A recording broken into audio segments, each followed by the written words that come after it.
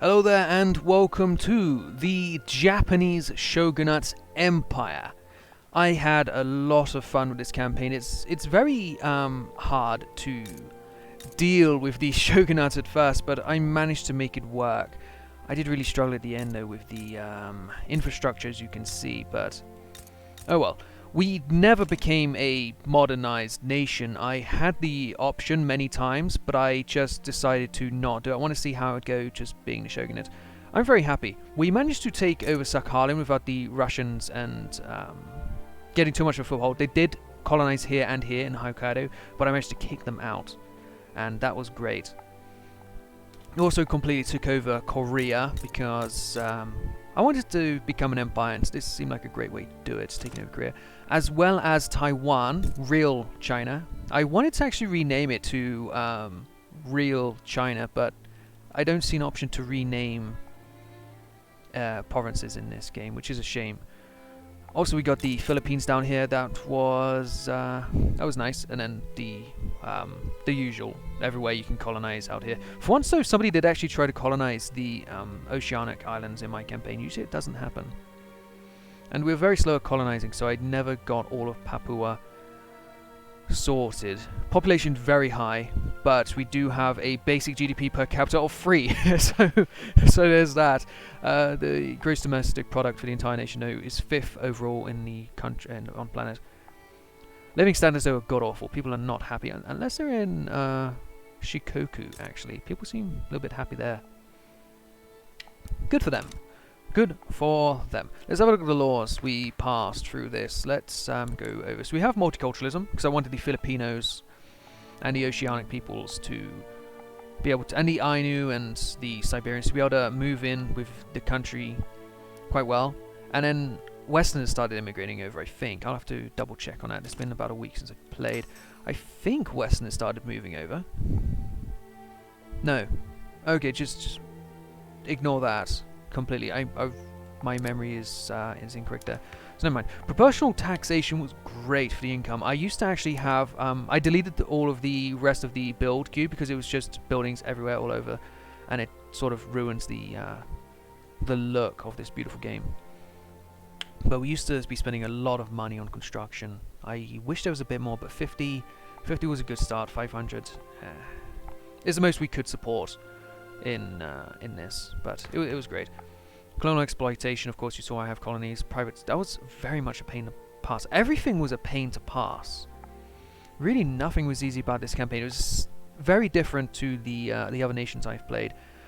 Child labor, legal guardianship, though. I have more rights for women here, don't I? No, actually, that's the first one. Oh, I was thinking I had more rights for women in this campaign than my Byzantine one, but no, they had property to women as this legal guardianship. I never needed the extra workforce, and we do need the birth rates. It's our only real creation of people. That's why I never did that.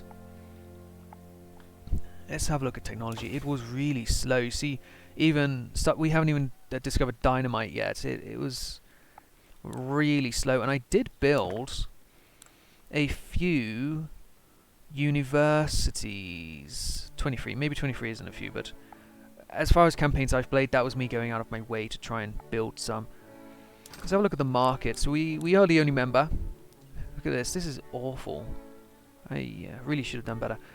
But we do have a lot of good places. Chubu has 26 million GDP. I was really trying to centralize around Japan, which is why you see the infrastructure here is lacking. So I was hoping people would immigrate from Philippines and Papua and everywhere else, Korea, into Japan to make it even stronger. And it looks like it mostly worked. Luzon, however, is doing very well down there. And of course, Taiwan, real China, is doing pretty good. But I sort of counted that as part of Japan.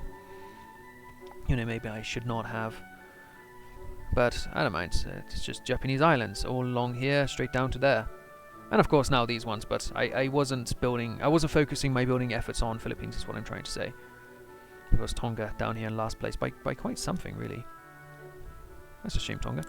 Yeah, Japanese fellows did immigrate over there. Japanese immigrated over here too, and then Korea is pretty much left untouched. Nobody immigrated over, but a few did immigrate away. Not there, though.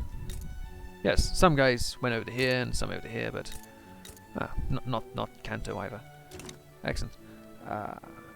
Marketplace. No, I think I've showed that off there. We have a look at the details. Lots of services being taxed. Lots of meat. Great stuff, really. I did enjoy it. So let's have a look at the military, because I was very happy with that this campaign. We had all of these units. I know it's not many, but I created navies so that every single one could do a fully supported naval invasion. Because as you see, I was taking over the Philippines, and that is where I learned how important naval invasions are, to have the amount of troops you're sending fully supported by the amount of ships. As soon as I invested into having these grand navies, oh, click on the wrong area, I was able to invade so much easier. So that 22 to 20, 23 to 20, 100 to 80, 21 to 20. I was trying to keep it very much in line so I could do my naval invasions correctly. If the game went on a bit longer, I would have tried to take over Australia and New Zealand, but it did not. And I did struggle every time against Western armies. Apart from when I managed to kick Russia out. I'm pretty sure... Yes, I did. I invaded into this mainland a bit when I was trying to take over these areas here to try and push them into submission a bit earlier. But the way I took over these was... it got very buggy, and it opened up multiple fronts. So the Russian army being on one front, I'd move my army onto like the several different fronts, and we'd be able to enclose them and surround them, and then they just fucked off, and it was great. Also, the war for Korea, that was fought against China as well. Luckily, though, the Heavenly Kingdom jumped out, so they weren't able to just move troops straight from here to there. They did move over some after I navally invaded, and I had to do it in 2 sections, so I took these 3 provinces first, then these 2 in a separate war.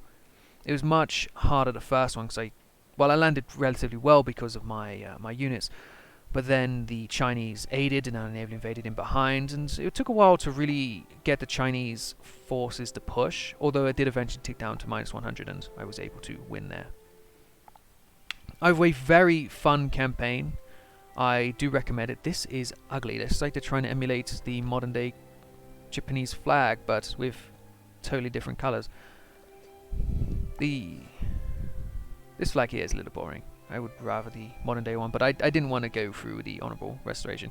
Anyway, let's speed run here off to the end of the campaign so we can get the end screen, and then oh, of course, everyone's trying to build shit again. Sort of lagged my game there, fellas. Oh good, we're not crashing then. Good. The game has been running a lot better since the more recent updates, so that's all well and good. Game over. Have a look at that. Weekly GDP really started to skyrocket at one point.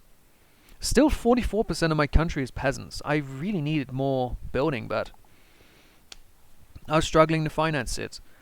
Standard living steadily not going up too much, and of course population. You can see here from where I took over major areas. That last tick up was North Korea, I think. Population, Japanese, Korean, Filipino, political strength, same stuff. It was a fun campaign. I would highly recommend it, but that'll do for this video here. Thank you for watching. I hope you have enjoyed not only this video, but playing the game yourself. If you want to join the community, there is a Discord server down below where we do host multiplayers of Victoria Free, as well as just sharing posts and messages about the campaigns we've got going on. It's really fun. I look forward to see you guys there. Thank you again. Goodbye.